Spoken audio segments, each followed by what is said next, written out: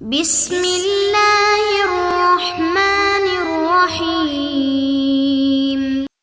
الحمد للہ وکفا والصلاة والسلام علی من لا نبی بعدہ، اما بعد۔ عزیز طلبہ کرام، اللہ تعالیٰ سے امید ہے کہ آپ سب خیر و عافیت سے ہوں گے۔ جامعہ ترمذی کا سبق نمبر 46 ہے، اور اس سبق میں ہم 2 باب پڑھیں گے۔ پہلا باب ہوگا باب ما جاء فی سور الکلب، یعنی کتے کے جوتے کے حکم کے بارے میں، اور دوسرا ہوگا باب ما جاء فی سور الحرہ، بلی کے جوتے کا حکم۔ اس کے ضمن میں دوسرے تمام جانداروں کے جوتے کا حکم بھی ذکر ہوگا۔ گزشتہ سبق کا خلاصہ ملاحظہ فرمائیں۔ نبیز وغیرہ سے وضو کا حکم، دودھ پینے کے بعد نماز سے پہلے کلی کرنے کا حکم، اور دیگر احادیث کے فوائد اور حکمتیں اور اصلی تطبیق تھی۔ اس سبق میں بھی کتے کے جوتے اور دیگر جانداروں کے جوتے کا حکم ذکر کیا جائے گا۔ اگر برتن کو ان کا لعاب لگ جائے تو اس کو دھونے کا ذکر بھی ہوگا، اور جو پانی جس میں جوتا گر جائے تو اس پانی کا حکم بھی ہوگا۔ اس طریقے سے بلی اور اس طرح کے ایسے جاندار جو ہر وقت گھروں میں موجود ہوتے ہیں تو ان کے جوتے کا حکم بھی ذکر کیا جائے گا۔ سب سے پہلے باب ما جاء فی سور الکلب، کتے کے جوتے کے بارے میں جو باب ہے، اس کی حدیث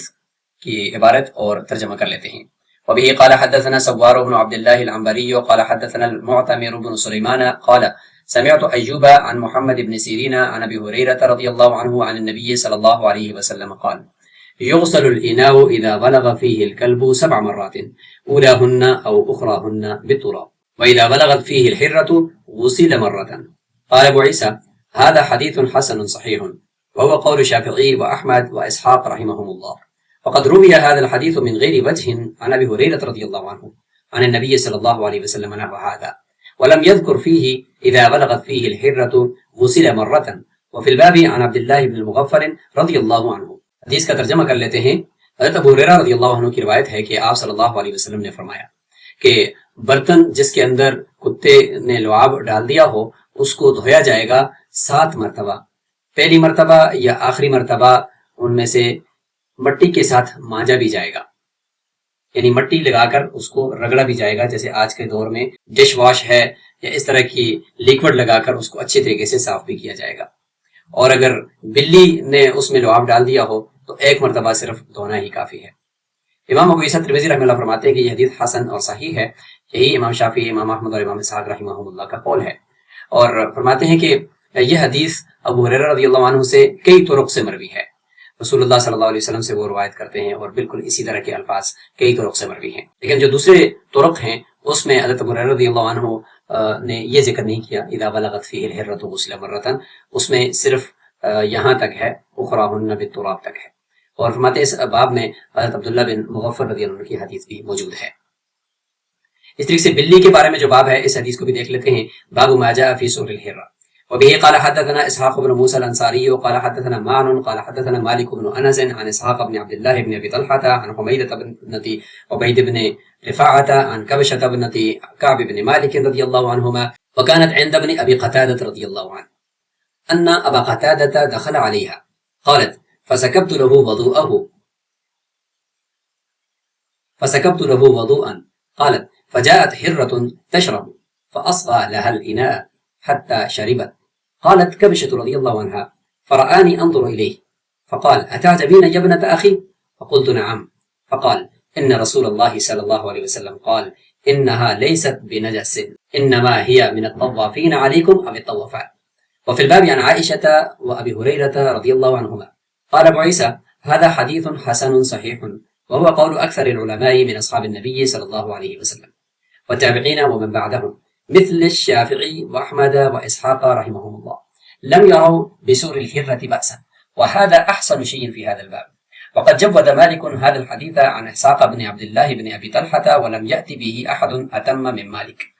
وفي نسخة العلامة أحمد محمد شاكر زيادة بعد قوله أبي الطوافات، وقد روى بعضهم عن مالك وكانت عند أبي قتادة رضي الله عنه، وصحيح ابن أبي قتادة رضي الله عنه قال۔ اس حدیث کا بھی ترجمہ کر لیتے ہیں۔ فرماتے ہیں کبشہ بنت کعب بن مالک یہ ابن ابی قتادہ کے گھر میں تھی، یعنی ابو قتادہ کے بہو ہیں اور ابو قتادہ کے بیٹے کے نکاح میں ہیں۔ تو وہ فرماتی ہیں کہ ان ابا قتادہ دخل علیہا، راوی فرماتے ہیں کہ ابو قتادہ یعنی اس کے جو سسر ہیں وہ ان کے گھر آئے، تو وہ فرماتی ہیں کہ میں نے ان کے لیے وضو کا پانی رکھا تاکہ وہ وضو کر لیں، تو کہتی ہیں کہ ایک بلی آئی جو اس پانی سے پینے لگ گئی، تو حضرت ابو قتادہ نے اس کے لیے برتن کو تھوڑا سا ٹیڑھا کر دیا تاکہ برتن سے وہ اچھی طریقے سے پانی پی لے، اور برتن کو تھوڑا جھکا دیا یہاں تک کہ اس نے پانی پی لیا۔ کبشہ حیرانگی سے وہ دیکھ رہی ہیں۔ حضرت کبشہ فرماتی ہیں کہ مجھے انہوں نے دیکھا کہ میں ابو قتادہ یعنی اپنے سسر کی طرف دیکھ رہی ہوں اور میں تعجب کا اظہار کر رہی ہوں، تو اس پر ابو قتادہ نے پوچھا کہ اے بھتیجی، آپ تعجب کر رہی ہو میرے ایسے اس فعل کے اوپر کہ میں نے بلی کے لیے برتن کو تھوڑا سا قریب کر دیا کہ وہ پانی اچھی طریقے سے پی لے، اور پھر میں نے اس کے بعد اس سے وضو کر لیا؟ تو کہنے لگی کہ جی ہاں، مجھے اس کے تعجب ہوا۔ یہاں تعجب سے آپ باریک نقطہ سمجھ لیں کہ اس وقت عام رواج نہیں تھا کہ بلی یا اس طرح کے گھروں میں آنے والے جو جاندار ہیں تو ان کا جھوٹا مطلقاً جو ہے وہ پاک ہی سمجھا جاتا تھا، بلکہ اس کو مکروہ یا ایسا طبیعت سے ناموافق ہی سمجھا جاتا تھا کہ جس طرح سے دوسرے حرام جانداروں کا ہوتا ہے۔ تو اس وہم کو اور اس حیرانگی کو دور کرنے کے لیے حضرت ابو قتادہ نے فرمایا کہ رسول اللہ صلی اللہ علیہ وسلم نے خود فرمایا ہے کہ بلی جو ہے وہ نجس نہیں ہے، یعنی ہے تو وہ حرام ہے، اس کا گوشت نہیں کھایا جائے گا، لیکن یہ نجس کیوں نہیں ہے؟ یعنی اس کا لعاب چونکہ حرام گوشت سے بنا ہے تو پھر لعاب نجس ہونا چاہیے، لیکن فرمایا نجس نہیں ہے۔ وجہ اور علت کیا ہے کہ انما ہی من الطوافین علیکم اب الطوافات، کہ یہ تمہارے پاس بار بار چکر لگانے والی، یعنی طواف کا مطلب یعنی بار بار گھروں میں آنے والوں میں سے ہے یا والیوں میں سے ہے، یعنی جس طرح کوئی گھر کے اندر بار بار انسانوں میں سے آئے یا بار بار جو جاندار ہوتے ہیں جیسے کہ چوہا ہے یا خرگوش ہے یا بلی ہے، اس طرح کے جو جاندار ہیں وہ بار بار اگر آپ کے پاس آتے ہیں تو ان سے حفاظت برتنوں کی وہ تقریباً مشکل ہو جاتی ہے، تو اس لیے اس علت کی وجہ سے اس کا جو جھوٹا ہے وہ دوسرے حرام جانداروں کی طرح نہیں ہے، بلکہ اس میں تھوڑی تخفیف ہے۔ فرماتے ہیں اس باب کے اندر حضرت عائشہ اور ابو ہریرہ رضی اللہ عنہما کی روایت بھی موجود ہے۔ امام ترمذی رحمہ اللہ فرماتے ہیں کہ یہ حدیث حسن اور صحیح ہے، اور یہی صحابہ کرام میں سے بہت بڑی تعداد اور تابعین اور اس کے بعد امام شافعی، امام احمد، امام اسحاق سب کا یہی قول ہے کہ وہ بلی کے جھوٹے میں کوئی حرج محسوس نہیں کرتے، کہ اگر بلی جو ہے وہ منہ ڈال دیتی ہے کسی برتن میں تو وہ پانی ناپاک نہیں ہوتا اور وہ برتن بھی ناپاک نہیں ہوتا، اور فرماتے ہیں کہ یہ سب سے بہترین اور احسن حدیث ہے اس باب میں۔ امام مالک رحمہ اللہ نے بھی اس حدیث کو جید قرار دیا ہے اسحاق بن عبداللہ بن ابی طلحہ سے، لیکن اس میں وہ فرماتے ہیں کہ لم یأتی بہ احد اتم من مالک، کہ اس حدیث کو امام مالک کے علاوہ کوئی بھی مکمل سند اور اتمام کے ساتھ کوئی بھی اس طریقے سے اتنا بہترین طریقے سے لے کر نہیں آیا۔ علامہ احمد محمد شاکر کا جو ترمذی کا نسخہ ہے اس کے اندر ایک اور عبارت ہے اب الطوافات کے بعد، اور وہ یہ ہے کہ وقد روا بعضهم عن مالک، اس روایت کو بعض نے امام مالک سے روایت کیا ہے، اور اس میں انہوں نے وکانت عند ابی قتادہ لکھ دیا، حالانکہ وہ ہے وصحیح ابن ابی قتادہ، یعنی جو کبشہ ہیں وہ ابو قتادہ کی اہلیہ نہیں ہیں بلکہ ابو قتادہ کے بیٹے کی اہلیہ ہیں، یعنی ابو قتادہ کی بہو ہیں۔ حدیث باب کے راویوں کے حالات دیکھ لیتے ہیں۔ تو جب سے پہلے کتے کے جھوٹے کے بارے میں جو حدیث ہے اس کے راویوں میں سوار آئے ہیں، سوار فتح سین و تشدید الواو ہے، اور اس طریقے سے ابن عبداللہ العنبری التمیمی البصری یہ رصافہ جگہ کے قاضی رہے ہیں۔ المعتمر بن سلمان التیمی ابو محمد البصری، ان کو طفیل کا لقب بھی دیا گیا ہے۔ ایوب بن ابی تمیمہ کیسان السختیانی البصری، محمد بن سیرین الانصاری البصری، یہ بھی ثقہ عابد اور مشہور راوی ہیں۔ سور الحرہ کے اندر جو راوی ہیں ان کو بھی ہم دیکھ لیتے ہیں۔ معن بن عیسیٰ بن یحییٰ الاشجعی، یہ بھی ثقہ اور ثبت ہیں۔ اسحاق بن عبداللہ بن ابی طلحہ الانصاری المدنی، یہ بھی ثقہ ہیں اور حجت ہیں۔ حبیدہ بنت عبید بن رفاعہ الانصاریہ المدنیہ، یہ اسحاق بن ابی طلحہ کی اہلیہ ہیں۔ کبشہ بنت کعب بن مالک، یہ عبداللہ بن ابی قتادہ یعنی ابو قتادہ کے بیٹے عبداللہ کی اہلیہ ہیں۔ ابن حبان فرماتے ہیں کہ ان کو صحبت یعنی صحابیہ ہیں یہ، اور ان کو اس کا شرف بھی حاصل ہوا ہے۔ ابو قتادہ کا پورا نام حارث بن ربیع الانصاری ہیں، رسول اللہ صلی اللہ علیہ وسلم کے گھوڑ سوار بھی ہیں، اور ان کا جو بیٹا ہے ان کا نام عبداللہ ہے۔ ابن سیرین کے بارے میں ہے کہ یہ غیر منصرف ہے، لیکن اس کا جو یا اور نون ہے یہ الف نون زائدتان کی قائم مقام ہے، لہٰذا یہ یا اور نون بھی غیر منصرف ہونے کی علامت کہلائے گی، اور امام اخفش کے نزدیک لہٰذا یہ ابن سیرینہ یعنی یہ غیر منصرف شمار ہوگا۔ بعض نے ابن سیرین کے بارے میں یہ لکھا کہ یہ ایک عورت کا نام ہے اور یہ عورت تھی، جبکہ یہ خطا ہے، یہ ایک مرد ہی تھے، جیسے کہ کتاب المکاتب میں بھی ہے کہ ان سیرین سأل انسا المکاتبہ، حدیث باب کے مشکل الفاظ کا مفہوم بھی دیکھ لیتے ہیں۔ ولغا اس کا معنی ہوتا ہے منہ ڈالنا، جیسے کہ طاقت الفاظی میں اس کی تشریح کی گئی ہے کہ کتا جو ہے وہ اپنے زبان کے کناروں سے پانی کو کھینچ رہا ہوتا ہے۔ سور جھوٹے کو کہتے ہیں، ہرا بلی، اولا ہننا او اخرا ہننا ان میں سے پہلی مرتبہ یعنی 7 مرتبہ برتن کو دھونے میں پہلی مرتبہ مٹی سے مانجنا ہے یا آخری مرتبہ، تو راوی کو یہاں پہ شک ہے۔ الطوافین علیکم اب الطوافات یعنی بکثرت تمہارے پاس آنا، یعنی بلیوں کے گھروں میں زیادہ آنے جانے کی وجہ سے، تو اس میں اس طرف اشارہ ہے۔ ولغ کا مفہوم معرف السنن میں بھی ہے کہ اذا ولغ فی الکلب ولغ یلغ، لام کی فتح کے ساتھ البلغ البلوغ، کہ جب کتا جو ہے یا کوئی بھی درندہ اپنی زبان کو پانی میں ڈالے یا کوئی بھی ایسی مائع چیز کے اندر ڈالے اور اس کو پھر حرکت دے دے پانی کو، تو اس کو ولوغ کہتے ہیں۔ اور اگر وہ کسی غیر مائع چیز کے اندر ڈالے تو اس کو لاغیقہ یا لاحیسہ یہ کہا جاتا ہے۔ تمام جانداروں کے جھوٹے کا اجمالی حکم یہاں پہ دیکھ لیتے ہیں کہ جھوٹے پانی کے جو احکام ہیں، جس کو سؤر کہتے ہیں اور جمع آثار ہے، یہ یا تو پاک ہوگا یا پھر یہ کہ ناپاک ہوگا۔ تو جھوٹے پانی کی اقسام اور ان پر یہ فقہی مذاہب ہم دیکھتے ہیں کہ پاک جھوٹا جو متفق علیہ ہے وہ کن کا ہوگا، تو اس میں فرماتے ہیں کہ انسان چاہے وہ مسلمان ہو، کافر ہو، جنبی ہو، حائض ہو، سب کا جھوٹا پاک ہے۔ اور حلال جانور کا جیسے اونٹ، گائے، بکری اور دیگر۔ نبی اکرم صلی اللہ علیہ وسلم کا سیدہ عائشہ اور صحابہ اکرام کے جھوٹے برتن سے پانی پینا یہ اس کی دلیل ہے۔ جھوٹا گوشت کے تابع ہوتا ہے، پاک گوشت والے جانور کا جھوٹا بھی پاک ہوگا اور ناپاک کے ناپاک ہوگا۔ استثناء یہ ہے کہ شراب پینے کے فوراً بعد کا جھوٹا جو ہے وہ نجس ہے، یعنی اگر انسان ہے وہ شراب پیے اس کے بعد اس نے برتن میں منہ ڈال دیا تو وہ اس کا جھوٹا ناپاک ہوگا۔ نجس جھوٹا کون سا ہے؟ تو فرماتے ہیں کہ کتا، خنزیر اور تمام درندے ان کا جھوٹا نجس ہے، اور ائمہ کے اقوال بھی اس میں ہیں کہ جمہور علماء یعنی احناف کے نزدیک کتے، خنزیر اور تمام درندوں کا جھوٹا نجس ہے۔ دلیل یہ ہے کہ کتے کا جب برتن کو منہ ڈالنا ثابت ہو جائے کہ یہاں کتے نے منہ ڈالا ہے تو اس میں اس کو دھونے کا حکم حدیث کے اندر آیا ہوا ہے، اور اس طریقے سے چونکہ لعاب وہ گوشت سے بنتا ہے تو گوشت جب ناپاک ہوگا تو ظاہر ہے کہ اس کے بعد پھر وہ جھوٹا بھی ناپاک ہوگا۔ امام مالک رحمہ اللہ فرماتے ہیں کہ پاک ہے، اور دلیل یہ دیتے ہیں کہ کائنات میں ہر چیز میں اصل طہارت ہے، اور برتن دھونے کا حکم جو ہے وہ تعبدی ہے، یعنی اللہ تعالیٰ نے فرمایا ہے تو بس ہم نے کرنا ہے، اگرچہ یہ کوئی ضروری نہیں ہے یا قیاس کے تقاضے کے مطابق یہ برتن نہیں دھونا چاہیے۔ امام شافعی رحمہ اللہ فرماتے ہیں کتے اور خنزیر کا جو جھوٹا ہے وہ نجس ہے، باقی درندوں کا جھوٹا پاک ہے۔ دلیل دیتے ہیں کہ حدیث میں جن میں درندوں کے جھوٹے پانی سے وضو کی اجازت بھی دی گئی ہے، تو اس کا مطلب ہے کہ صرف کتے کا اور خنزیر کا وہ چکے ان کے نزدیک نجس العین ہے۔ الفقہ الاسلامی کی روشنی میں جانوروں کے جھوٹے کا حکم بھی ہم یہاں پہ دیکھ لیتے ہیں کہ جھوٹے پانی کے احکام میں اگر ہم دیکھتے ہیں تو ایک قسم انہوں نے کی ہے کہ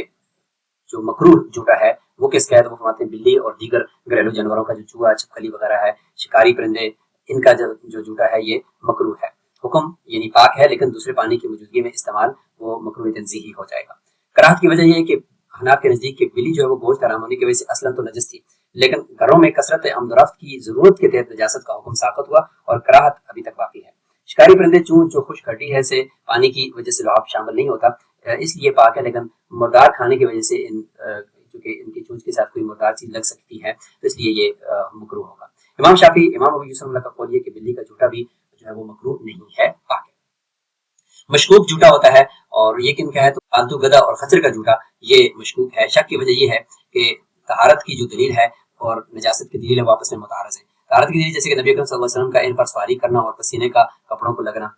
اور نجاست کی دلیل یہ کہ ان کے گوشت اور دودھ کا کہ وہ حرام ہیں، تو ضرورت میں تضاد یہ کہ یہ نہ بلی کی طرح ناگزیر ہیں اور نہ کتے کی طرح ان سے مکمل بچنا ممکن ہے، لہٰذا اس وجہ سے ہم ان کے جھوٹے کو جو ہے وہ مشکوک قرار دیں گے۔ تو عملی حکم یہ ہوگا کہ اگر صرف یہی پانی میسر ہے جس میں گدھے کا یا خچر کا جھوٹا پانی ہے تو پھر طہارت یقینی کے لیے وضو اور تیمم دونوں کیے جائیں گے۔ الفقہ الاسلامی کی جو عبارت ہے وہ آپ یہاں ملاحظہ فرمائیں، اور تفصیل کے ساتھ انہوں نے جو بات پہلے ہم نے ذکر کر دی وہ یہاں لکھی ہوئی ہے۔ اس طریقے سے آدمی کے جھوٹے کے بارے میں، مکروہ تنزیہی جھوٹے کے بارے میں جس طرح بلی وغیرہ کا جھوٹا ہے، اور وہ مرغیاں جو باہر پھرتی رہتی ہیں ان کا جھوٹا، اونٹ کا، اور گائے جو باہر چر کر گزارا کرتی ہے ان کا جھوٹا، ان سب کا۔ اس طریقے سے مشکوک جھوٹے کا بھی یہاں پہ جیسے خچر اور گدھے کے جھوٹے کا بھی ذکر آ گیا۔ کتے کے نجس ہونے یا نہ ہونے سے متعلق بدائے ثنائے میں یہ ہے کہ کتے کا جھوٹا پاک ہے یا ناپاک ہے، تو اس میں کہتے ہیں کہ کلام اس پر ہے کہ یہ نجس العین ہے یا نہیں ہے، اس میں فقہا کا اختلاف ہے۔ بعض نے یہ کہا ہے کہ یہ نجس العین ہے لہٰذا اس کو خنزیر کی طرح کے حکم میں رکھا جائے گا اور اس کا حکم خنزیر والا حکم ہوگا، اور دوسروں نے کہا جیسے کہ احناف اور دوسرے ائمہ نے کہ یہ نجس العین نہیں ہے، لہٰذا انہوں نے اس کو دوسرے حیوانات کی طرح رکھ دیا سوائے خنزیر کے۔ تو فرماتے ہیں کہ احناف کے نزدیک سے ہی یہ نجس العین نہیں ہے۔ پھر آگے جھوٹے کا حکم، پھر اسی کے اوپر بنا کر کے کتے کے جھوٹے کا حکم بھی تفصیل سے ذکر کر دیا، اور پھر اس طریقے سے جو طاہر یعنی پاک جھوٹا ہے انسان کا اور حلال جانوروں کا، اس کا بھی تفصیلی ذکر آ گیا۔ اس طریقے سے یہ دلیل بھی حضرت عائشہ رضی اللہ عنہ کی حدیث بھی یہاں پہ ہے کہ انہوں نے اپنے حیض کی حالت میں ایک ایسی برتن سے پانی پیا کہ پھر بعد میں رسول اللہ صلی اللہ علیہ وسلم نے اسی جگہ سے منہ لگا کر پیا، تو انسان کا جھوٹا پاک ہے۔ اس کے اوپر یہ دلائل ہیں۔ اس طریقے سے ہر ایک جو قول ہے اس کے اوپر یہاں پہ دلائل وہ موجود ہیں۔ کتے کا لعاب لگ جانے کے بعد برتن کو کتنی بار دھویا جائے؟ تو 7 بار دھونے کے حوالے سے معرفت سنن میں تشریح لکھی ہوئی ہے کہ امام مالک، امام شافعی اور امام احمد کا یہی قول ہے کہ 7 بار دھویا جائے، اور فرماتے ہیں کہ ان میں سے 1 مرتبہ پانی سے مانجنا بھی چاہیے۔ امام ابو حنیفہ رحمہ اللہ کا قول یہ ہے کہ 3 مرتبہ ضروری ہے، اور اس کے بعد پھر وہ برتن پاک ہو جاتا ہے۔ 7 مرتبہ کا جو حکم ہے اس کو یا تو ہم منسوخ کے اوپر محمول کریں گے، یا یہ ہے کہ وہ مستحب کے درجے میں لے لیں گے۔ اور مٹی کے ساتھ مانجنے کا جو دوسرے ائمہ ہیں ان کے نزدیک وہ 7 جو اقسام 7 مرتبہ جو دھونا ہے اسی کے اندر شمار کرتے ہیں کہ جس طرح وہ دھونا لازم ہے اس میں سے 1 مرتبہ مٹی سے مانجنا بھی لازم ہے۔ لیکن امام مالک اور امام ابو حنیفہ رحمہ اللہ مٹی سے مانجنے کا حکم نہیں فرماتے ہیں کہ پانی کے ساتھ دھونا ہی وہ کافی ہو جائے گا۔ اور آگے پھر اتفاق ہے کہ یہ کیوں دھویا جا رہا ہے برتن، تو اس پہ اتفاق ہے کہ کتے کا جھوٹا جو کہ ناپاک اور نجس ہوتا ہے، اس وجہ سے اس برتن کو دھویا جا رہا ہے۔